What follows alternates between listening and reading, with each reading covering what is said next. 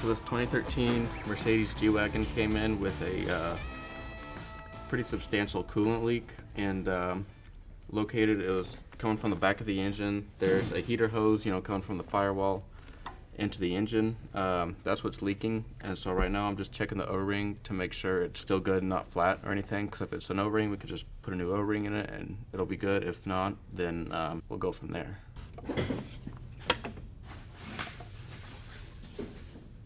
So I just got the O-ring out of the back of there, finally fished it out of there. It doesn't look terrible. It looks a little flat, so I'm going to go ahead and replace it anyways, repressurize it, and then if it's still leaking, going to put that mirror back down there, inspect it a little bit more, and then my bet would be it's cracked back there, because when that plastic, especially in the winter, it just heats up, cools down, heats up, cools down, they crack. But you do the easiest thing first.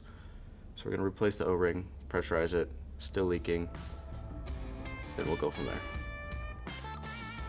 We have a 2004 911 4S, has 25,000 miles on it, and the customer wants to replace the Ims bearing.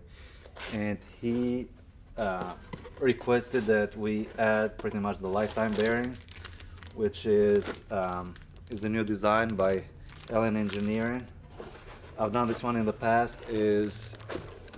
It's a great design. So in order to remove the bearing, which it sits right here, we have to remove the transmission and the flywheel to get to the Ims bearing. I'm almost ready to drop the transmission. It's super easy to do. I got the axles out. Now I need to take the rear transmission mount and the bell housing bolts, and the transmission is down.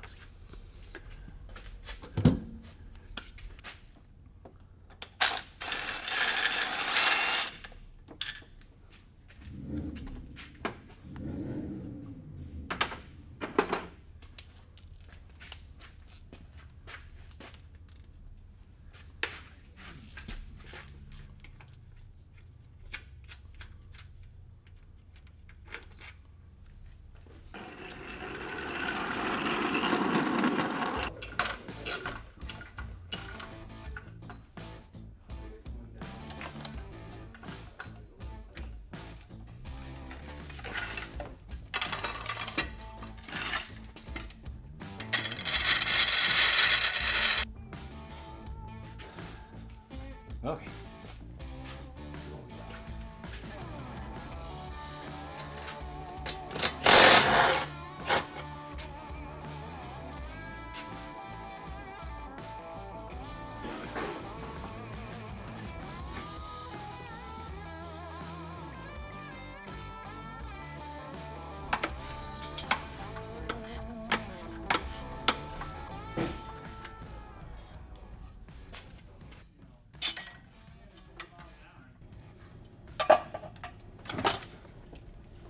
Guess nothing. Bad angle. Oh, you're hitting on this back here. Okay.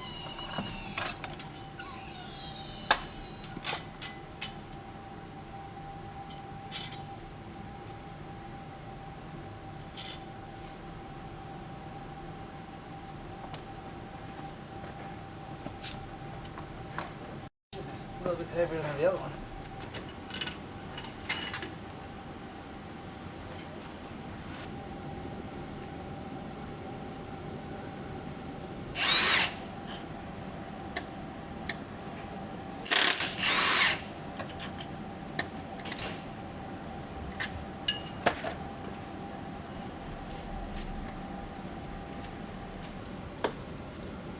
So the Ims bearing sits right here. We're gonna remove those 3 screws and the big nut.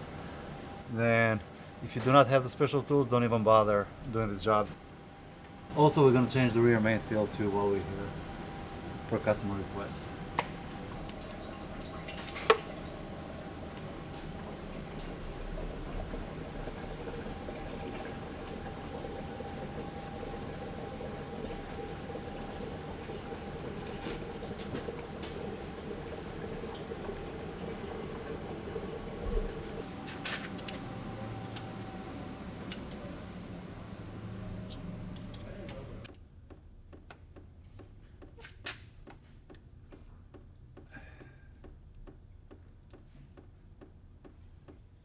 We're about to pull the IMS bearing out.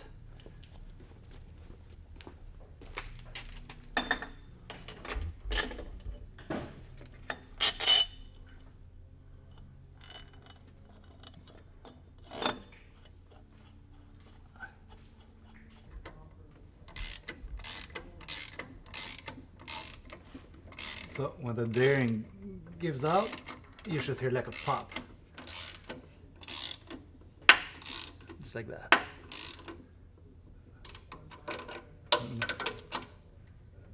Back it up and see what's going on in there, because it starts getting a little bit hard to come out. So. On these, never force anything.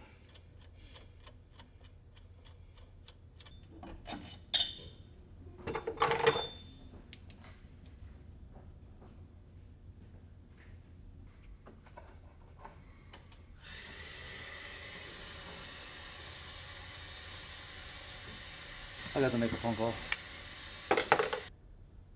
Why the shaft will be bigger than the actual? Why would we even put the excess cover in there?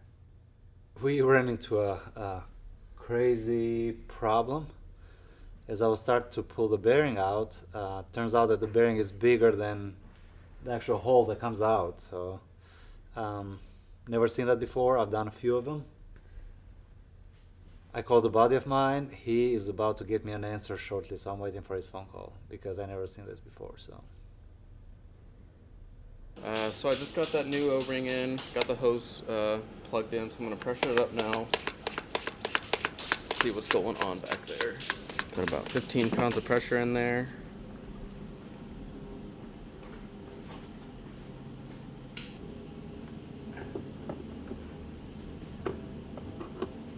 So you can only see it dripping from, just dripping off the bottom of that hose. It's wet just right above it, but I can't see like a stream or exactly where it's originating from.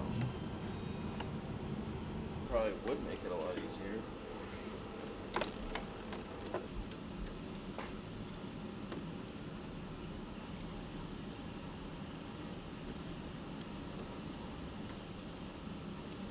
So what we just determined was the hose going into the firewall is a male hose, so that plugs into the fitting on the block, and it's the female fitting that's on the block that's leaking. And so that's going to require us to take all that stuff off. So Johnny's going over there, he's looking for the part for this. So yeah, he's going to order that part. It should get here within the next couple of days, and then we'll put it on, and that should fix his coolant leak problem. Put it back together. There's no risk of timing jumping one while you do that shit, right? Because the tensions they're loose. Well, I just got the phone call from my buddy. I just learned something new since I never heard of this. But there is a windbreak around 2003 that they put a bigger IMS bearing, but they never enlarged the hole on the housing, thinking they'll fix the problem. They did not. The only way to fix this one right now is to, which we're not gonna do, is to drop the engine and do a full engine rebuild in it. We're not gonna do that. The guy at the dealership doesn't want to do that. My friend doesn't want to do that. So we're just gonna call the customer, let them know that the IMS bearing it's out of the question, and just change the rear main seal as a preventive maintenance. The clutch looks really good, so we're gonna reuse it. And then I guess that's it. What a waste of time. Hey Alex, it's Jonny.